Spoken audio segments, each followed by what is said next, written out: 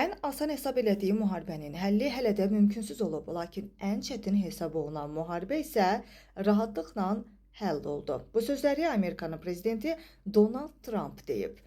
Gündəm xəbərin efirdə 18 oktyabr tarixidir və bir siyasi xəbəri diqqətinizə çatdırırıq. Belə ki, Amerika prezidenti Donald Trump bildirib ki, Rusiya prezidenti Vladimir Putinlə söhbəti zamanı o Ermənistanı da qeyd edib və hazırki vəziyyətdən təəccübləndiyini də gizlətməyib. Gündəm xəbər Müsavat.com isnadən xəbər verir ki, Trump danışıqlar zamanı keçmişdə bir çox münaqişələri həll etdiyini xatırladıb. Mən 8 münaqişəni həll etmişəm. O cümlədən yaxın şərqdə olanı. Mən düşünürdüm ki, Rusiya və Ukrayna arasındakı müharibə olduqca ən asanı olacaq.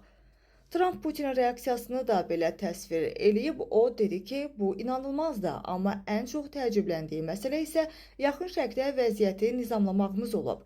O bunu mümkün hesab eləmirdi və bu məsələ çox səxavətli idi. Amerika lideri hesab eləyir ki, Rusiya ilə Ukrayna arasındakı müharibə onun həll edəcəyi 9-cu münaqişə ola bilər.